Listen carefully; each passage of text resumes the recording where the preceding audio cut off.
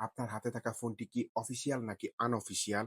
আমরা অনেকেই নিজের অজান্তে আনঅফিসিয়াল ফোন ব্যবহার করি, যা পরবর্তীতে নেটওয়ার্ক বন্ধ বা ইএমআই ব্লকের মতো সমস্যার সৃষ্টি করে। আর তাই আজকে আমরা দেখব কিভাবে খুব সহজে মাত্র কয়েক সেকেন্ডে চেক করতে পারবেন আপনার হাতে থাকা স্মার্টফোনটি অফিসিয়াল নাকি আনঅফিসিয়াল। তো আর কথা না বাড়িয়ে চলুন দেখে নিই কিভাবে চেক করবেন আপনার হাতে থাকা স্মার্টফোনটি অফিসিয়াল নাকি আনঅফিসিয়াল। তার জন্য আমি আমার মোবাইল স্ক্রিনে এসে চলে যাব ফোনের ডায়াল প্যাডে। ডায়াল প্যাডে আসার পর এখানে টাইপ করব *06#। সো টাইপ করার সাথে, সাথে আমাদের ফোনের ইএমআই নাম্বারটি এখানে চলে আসবে। সো এখান থেকে আমরা আমাদের ফোনের ইএমআই নাম্বারটিকে কপি করে নিব বা নোট করে নিব। এরপর এখান থেকে চলে যাব ফোনের মেসেজ অপশনে।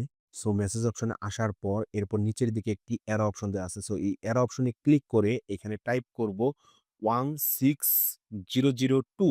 সো এরপর টেক্সট মেসেজ এই অপশনে টাইপ করব বড় হাতের KYD স্পেস এরপর যে 15 ডিজিটের ইএমআই নাম্বারটিকে আমরা নোট করেছিলাম সেই নাম্বারটিকে এখানে পেস্ট করে দিব।